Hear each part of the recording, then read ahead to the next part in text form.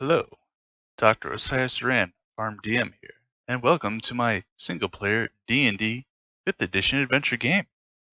The module I'm currently running is the Red Hand of Doom 4th edition.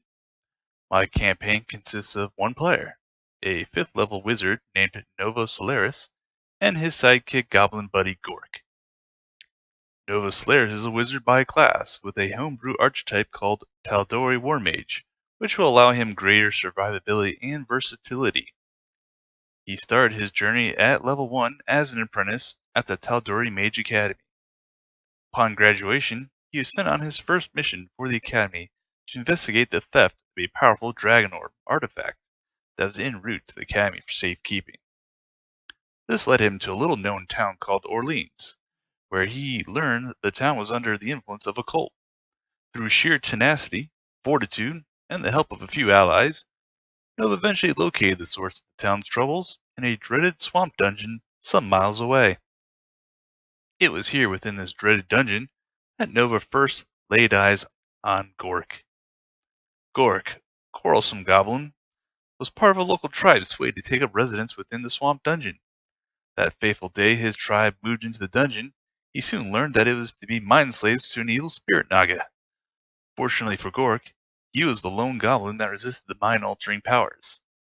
When Nova busted into their lair and slayed all his comrades and brethren, pretty cold-heartedly I might add, it was Gork who bravely hid under the pile of tattered clothing from the invader.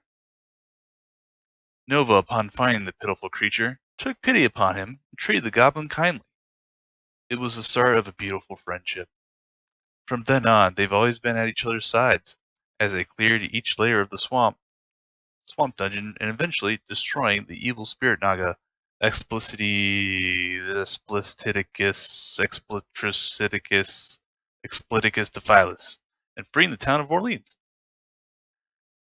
Nova spent the next few months back in Hemhawk, training at the academy, honing his martial and spell prowess, and advanced up the rank at the academy to the rank of journeyman. Time soon came, however, where he was yet again called upon by the academy to seek out answers to the missing Dragon Orb artifact. Nova was sent to El Severe Vale to track down the head of the bandit group that raided the caravan that held the orb. Upon reaching the Vale, he was attacked by a hobgoblin raiding party, which he dispatched of, and learned that there was an impending invasion by an army of hobgoblins going by the name the Red Hand of Doom, under the leadership of Azar Kul. After some investigative work in the nearby town of Drellenferry, he located the down-and-out bandit leader, who lost his entire outfit to the hobgoblins, who also stole the orb from him. Nova, after meeting with the Drellenferry city leaders, decided to go after the orb, which led him into the Witchwood forests, where after a few hours of traversing the woods, made friends with an old forest giant.